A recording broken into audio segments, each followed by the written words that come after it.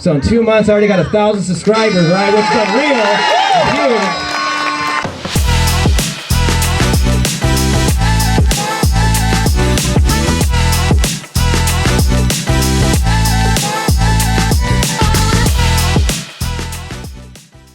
1,000 subscribers, guys. This is incredible. I got 1,000 subscribers in 2 months and 2 weeks. And in this video, I'm gonna just break down how it really was for me to get here. First of all, I just wanna point out, if you look at my profile and you see when it was made, because we can all see when people made the profiles, it will say January 2024. Now, just to clear that up, because I don't want you guys to think I'm lying to you, that's why I'm not gonna edit this video at all, is that I made the YouTube channel name last year in January.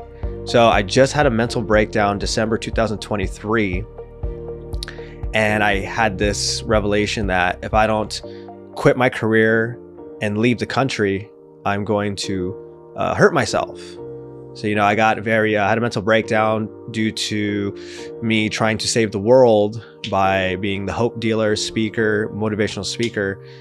And it backfired on me because I was chasing something due to insecurity. And so I had a mental breakdown because suicide's been a part of my story in the past. And so when I had these suicidal ideations pop up, I said, you know what? I'm gonna pack my bag, I gotta leave. And so my girlfriend was lucky enough to be a solo traveler. And so we ended up moving to Asia to backpack through 14 countries from March 2024 to August. And so once we made the decision we're gonna do that January 1st, I had this idea of the Not Your Average Counselor name.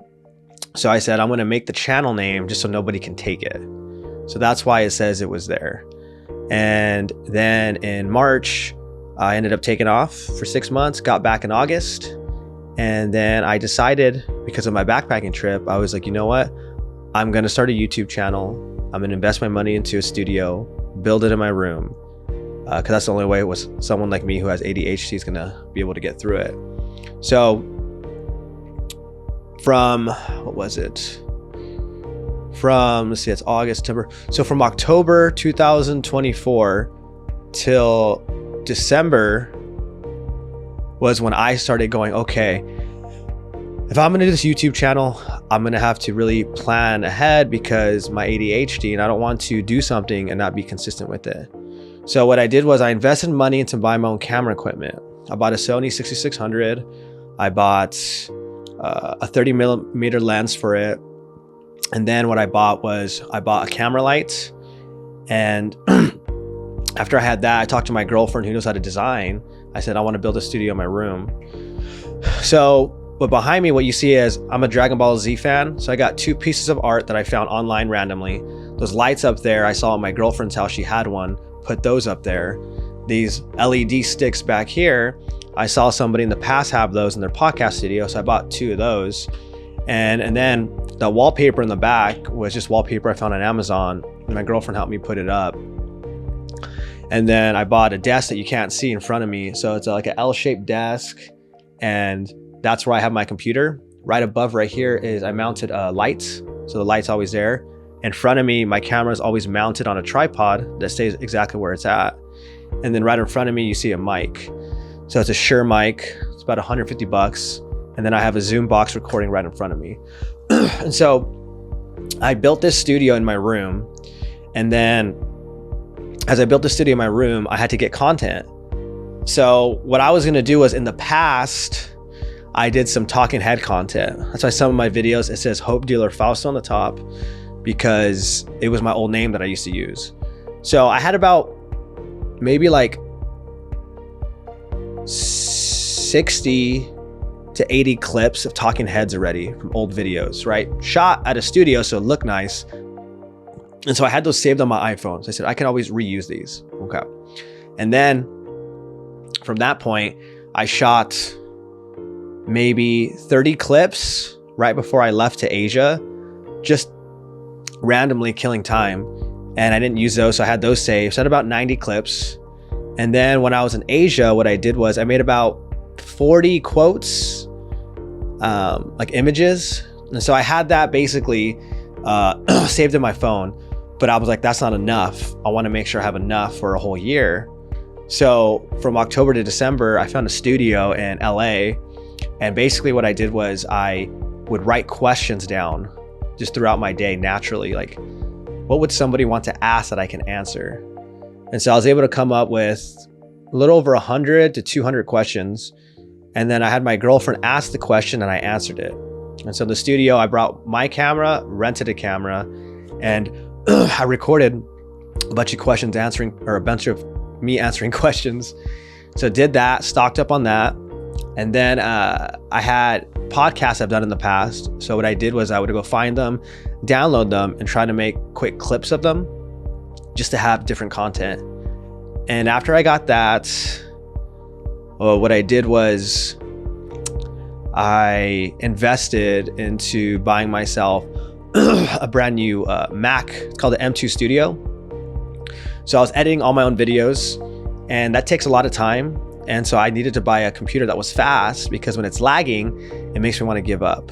So I invested a little over $2,500 into buying an M2 Studio, and now I have a nice editing system using Premiere Pro. I use CapCut to add captions on my phone. And so I was literally just editing and filming for about 4 months, stocking up on footage, editing. It took forever. There's days I wanted to throw my computer out the window. And a lot of doubt kicked in. Like, what am I doing? What happens if I invested all this money into my camera equipment, studio, and the computer, and I'm not going to do it? Because I've tried a lot of things in my life and I never follow through. So I always felt like, it wasn't good enough. And right now I'm about to hit my inhaler because I have asthma. So,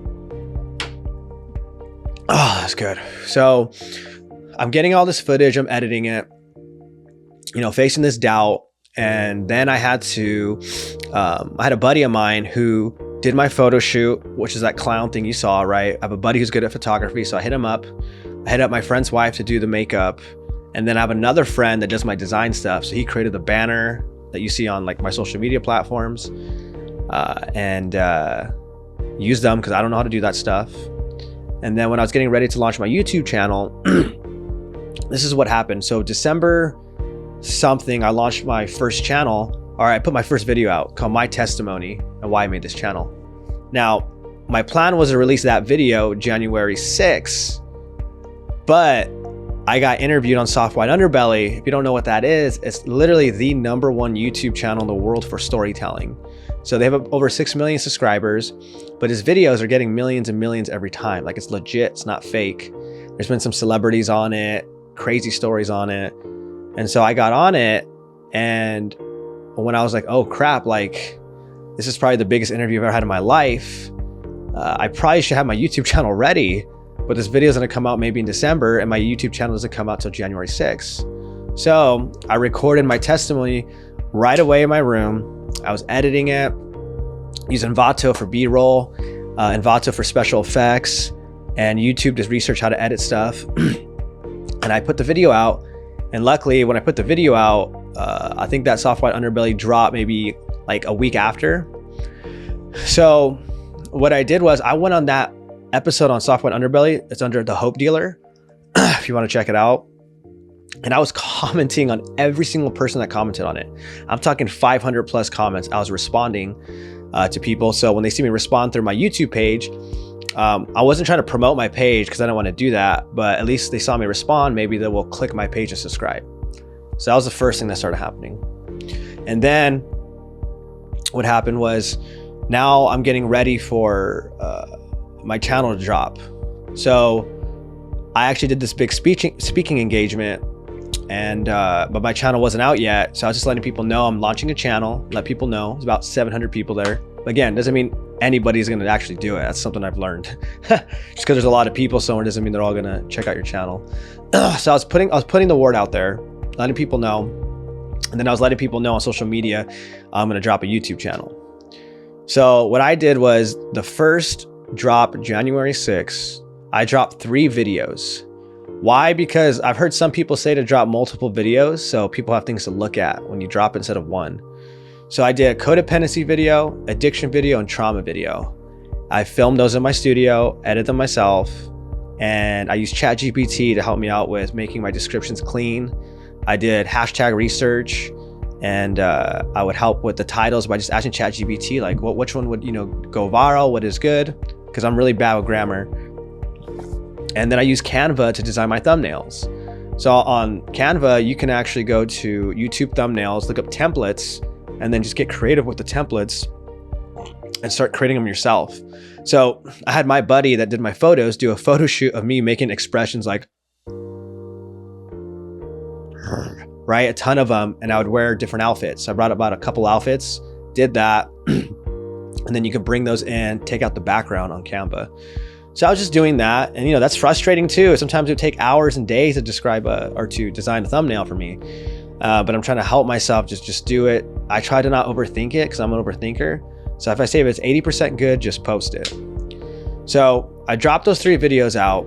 And again, I don't know if it's going to work. I don't know if I filmed it good. I don't know if it was too long, too short. I don't know if it was going to help. Like, I have no idea. And so I posted it on YouTube. It drops. I use Instagram, TikTok, and Facebook to push out a reel format of it, right? A little promo. And then from that day, January 6th, I was posting 2 to 3 times a day on YouTube Shorts, TikTok, Facebook, and Instagram. And I would schedule them the night before as best as I could. Some days I'm just posting it throughout the day. What time do I post? I just try to post, well, some of them you can schedule, right? So sometimes 7 a.m., 12 p.m., 3 p.m., 7 p.m. is what I would mess around with. TikTok you can't schedule, so I would literally like wake up, post, and then just have them in my drafts ready to post. But I would sometimes forget the times. Use ChatGPT to help me out descriptions. Then I got into vidIQ to help me out with descriptions even more, and titles and hashtags and keywords, because I'm not good at that stuff. I don't understand SEOs. So I'm trying to use these platforms, and I know there's a ton of stuff out there that's probably fake. When I was doing a lot of YouTube research, everybody has the secret sauce out there. And so, I was spiraling and spinning, but I was just like, I just got to create and not worry about it. It just keep on pushing. So I'd use those things to post those first 3 videos. I'm posting 2 to 3 shorts a day because remember, I recorded a ton of footage, and it's a guessing game for me. I don't know if I'm even doing it correctly at this point, and I'm like overthinking if I am. But what I would do is I would call a buddy of mine, Gremlin, who's a hip hop artist and YouTuber who has 1 million subscribers. And I asked him like, hey, like, what's your piece of advice for me? And he would just say, just create, put out content. Make sure it's quality content. Make sure the sound is good. And just keep on doing stuff, man. Don't worry about it. Just do it. Just do it. So he told me to not look at other people's stuff because I find myself comparing myself that mine's not growing fast enough or that I don't have what it takes. So I had to be very careful with looking at other people's profiles because I'm just not strong enough to not compare. So I'd be very careful with what I look at. And I was careful who I talk to because a lot of people are like, it's not going to work out, like, or just laugh at it or, not really celebrate me. So I was very careful who I shared it with. And then the goal was to drop a video every Monday at 7 a.m. So I would plan to try to record the video Monday and not edit the same day. I've learned that if I record and edit the same day, I burn out. So record Monday, edit Tuesday, and it allows me to edit from Tuesday to Saturday to get it done. So just depending on how I'm feeling, I don't have to force it. And in that editing time, besides editing on Premiere Pro, then there's creating the thumbnail, and then doing the research of how to title it, description it, hashtags, keywords. So it gave me enough time to do that.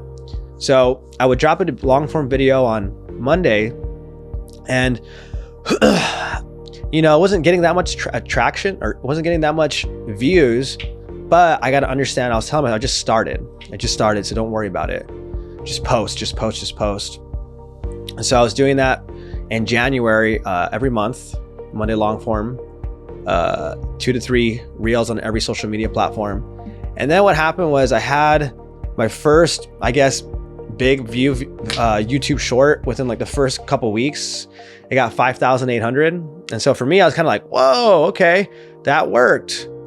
And then I tried to understand why it worked, and I never figured out till this day. I really don't know.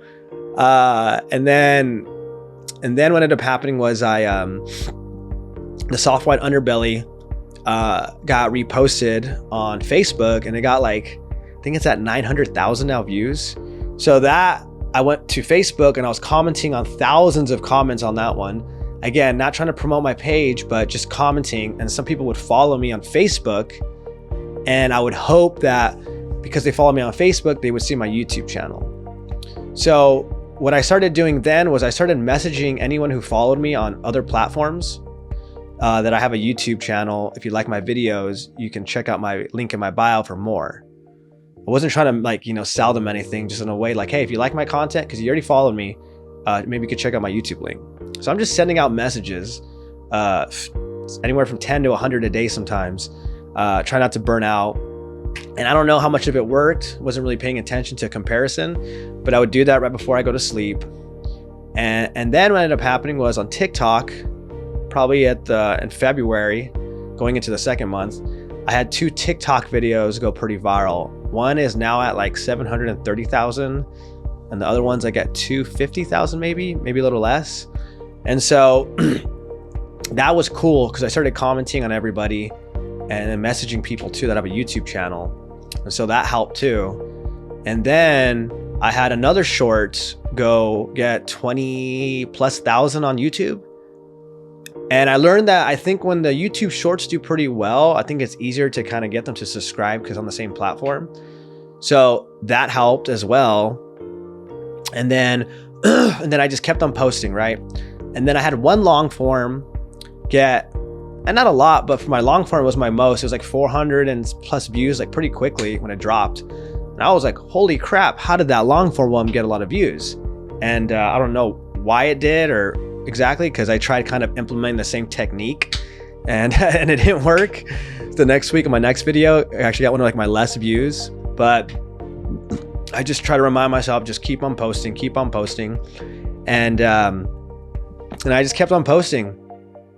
And there was one day I woke up and got like 100 subscribers in a day.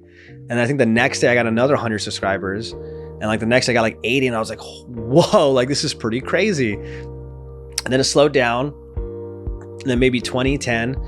And then literally within 2 months and 2 weeks, I hit 1,000 subscribers.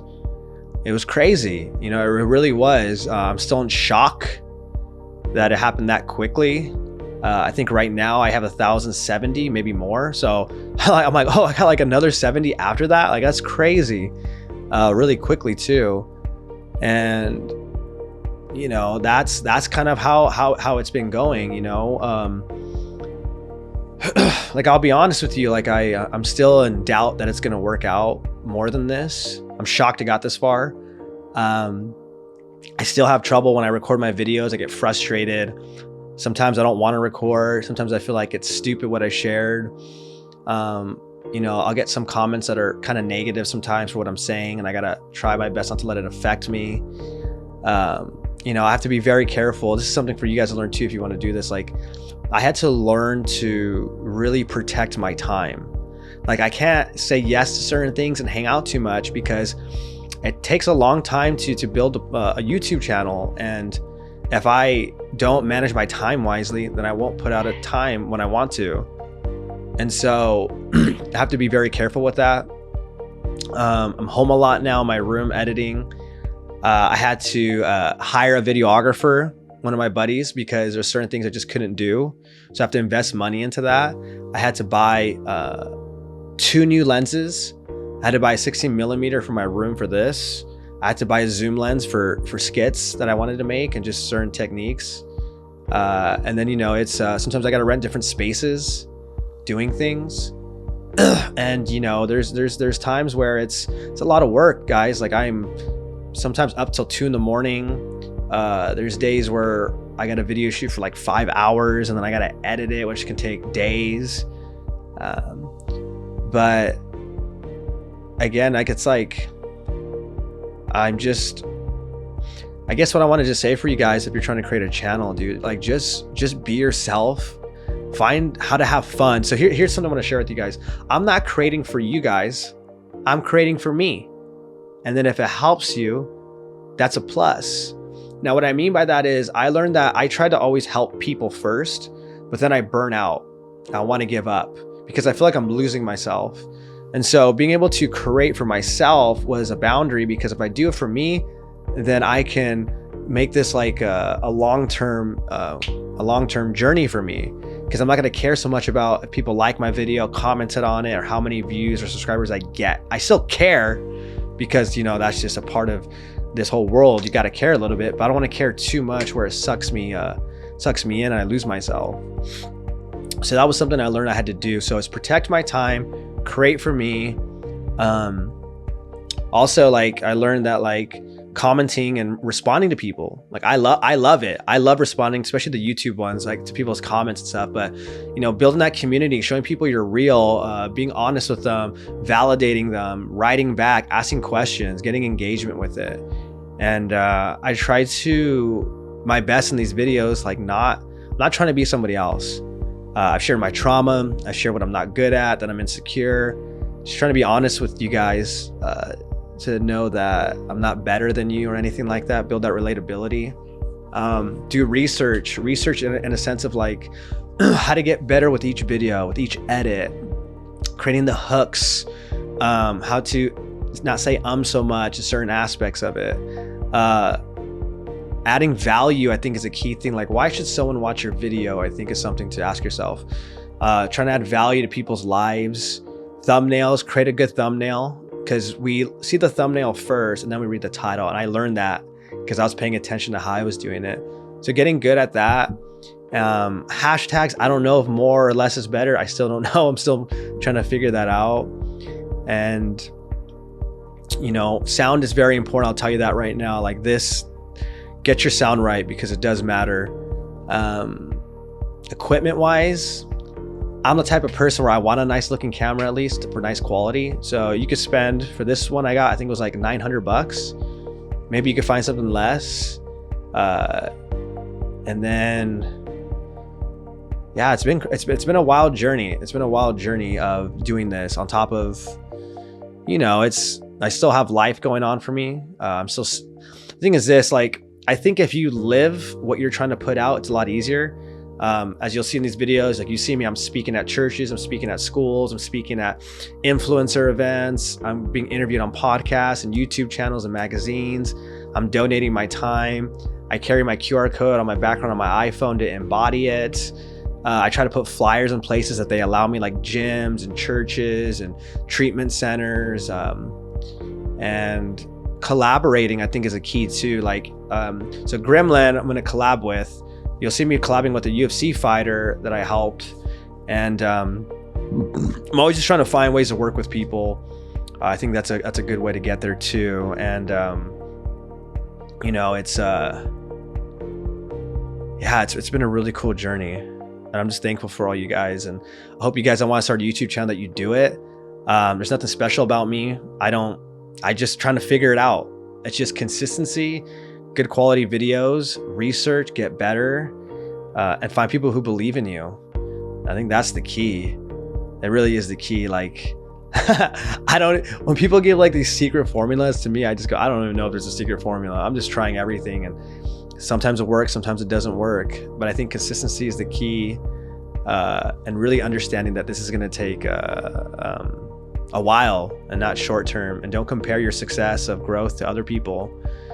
I think it'd be really cool and stuff like that. And just so you guys know, like, I'm not rich. So when you're saying you're spending all this money, like, I don't make a lot of money yet. But I started meal prepping and I work out and I don't go out to eat to save money. And I don't really have money to do too much because I invest my money back into this stuff. And so it's just me trying to, you know, have faith and trust the process that it's going to work, because you can only do so much. So figure out what you can do and what you can't do. I'm lucky that I know how to edit. Not everybody knows how to edit. And getting an editor can be so damn expensive. It's crazy. So try to learn what you can and then pay for the rest. It'll help you a lot more with that. And it's actually not that expensive sometimes when you find the right people or you go about it. So if you do make a lot of money, even better. But yeah, have fun with it. Have fun with it. Do it. I don't even know what I'm saying. I got ADHD in this video. See, I overthink my videos too and stuff like that. And, you know, I take care of my mom. She's in the living room right now. I have a girlfriend that I got to make time for. You know, I got to work on me too. I go to therapy still for myself, even though, you know, I'm a counselor, and I still hang out with my friends and I find ways to decompress. And, you know, I'm not perfect, but I'm just glad I started this YouTube channel, and I'm trying. I really am trying. Like I said, I got a couple more video shoots coming up to have more footage, and it's wild. I'll tell you that though. It is really wild to see this happen, because I've never been so confident and happy to do something that I love. And you just connect with some cool people. I've connected with some amazing people through social media, to be able to travel to different states, to get really cool opportunities, to be interviewed, to have stories written on me. Like, it's crazy. I've met famous people, I've met athletes, I've met YouTubers and artists, and, you know, just cool people, man. Cool people. And it's just, yeah, it's been a really cool journey, and I hope you guys just go for it and do it, and just don't give up no matter what. Don't give up no matter what. Be supported. Like, try not to watch too many videos, because you'll find something that contradicts everything. That's what I'm learning to try to not do. And yeah, just create stuff and have fun. I like what Rick Rubin said. Rick Rubin said, in order for your subscribers, I'm going to use the word, he used fans, to get the best content from you, it's not you creating for them, but it's creating for yourself. Because when you create for yourself, then they get the best product that's for them, which I think is amazing. And remember, not everything's going to work, and that's okay. There's nothing wrong with that. You can't control how the world works. Algorithms, I hate that word. But life too. I remember I posted something, and it was during the inauguration, I think. And I was like, why didn't this video do good? And I was like, oh crap, it's probably because of this. And so it just is what it is. You know, and yeah, that's been my journey. That's been my journey. So I just appreciate you guys listening to this thing. I hope what I said adds some value to it, of how to go about it. I'm probably repeating myself, because that's what I do a lot, is repeat myself over and over again. But yeah, just do it, guys. Just create it, do it, and have fun with it. And that's all I got to say, man. It's been an amazing journey, and I'm just really happy to have all you guys here. So let's go grow our YouTube channel, and I'm excited to see all you guys live your best life. And if this video is cool, send it to some people that want to grow their YouTube channel. I am a counselor, motivational speaker, and spiritual advisor. That's what I offer, guys, is tools and insights to help people. That's what this is, and I just feel blessed. Oh, and you're going to see a video at the end of this of my speech for my 1,000 subscribers. So make sure you watch all the way to the end.